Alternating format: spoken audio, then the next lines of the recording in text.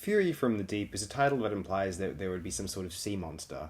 I think sea monsters are pretty much the coolest thing ever, and although I may have done this before on the program prior, on AOD's classic Doctor Who Retrospective, we're going to be learning about sea monsters today via a free encyclopedia.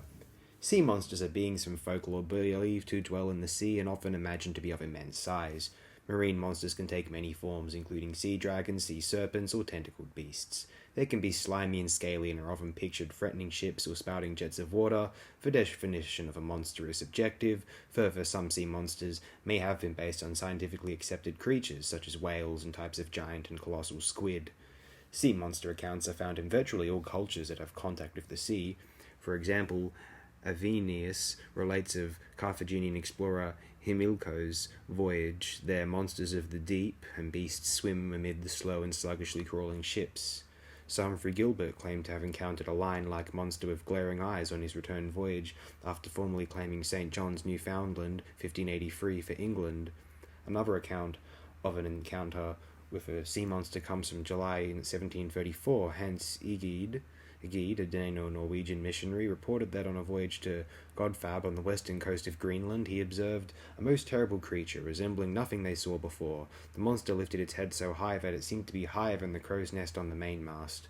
The head was small and the body short and wrinkled. The unknown creature was using giant fins which repelled it through the water. Later the sailors saw its tail as well.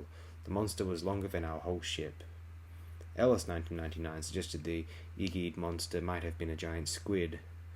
There is a Tlingit legend about a sea monster named Gunakadate, who brought prosperity and good luck to a village in crisis, people starving in the home they made for themselves on the southeastern coast of Alaska. Other reports are known from the Pacific, Indian, and Southern Oceans. Cryptozoologists suggest that modern-day monsters are surviving specimens of giant marine reptiles such as an ichthyosaur or plesiosaur from the Jurassic and Cretaceous periods, or extinct whales like Basilosaurus. Ship damage from tropical cyclones such as hurricanes or typhoons may also be another possible origin of sea monsters.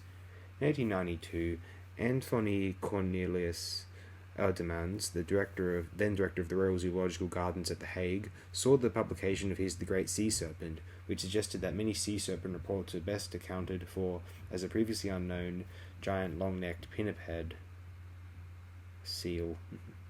It is likely that many other reports of sea monsters are misinterpreted sightings of shark and whale carcasses, floating kelp, logs, or other flotsam such as abandoned rafts, canoes, and fishing nets. But we still want to believe. Let's hope the megalodon is out there. Well, or not.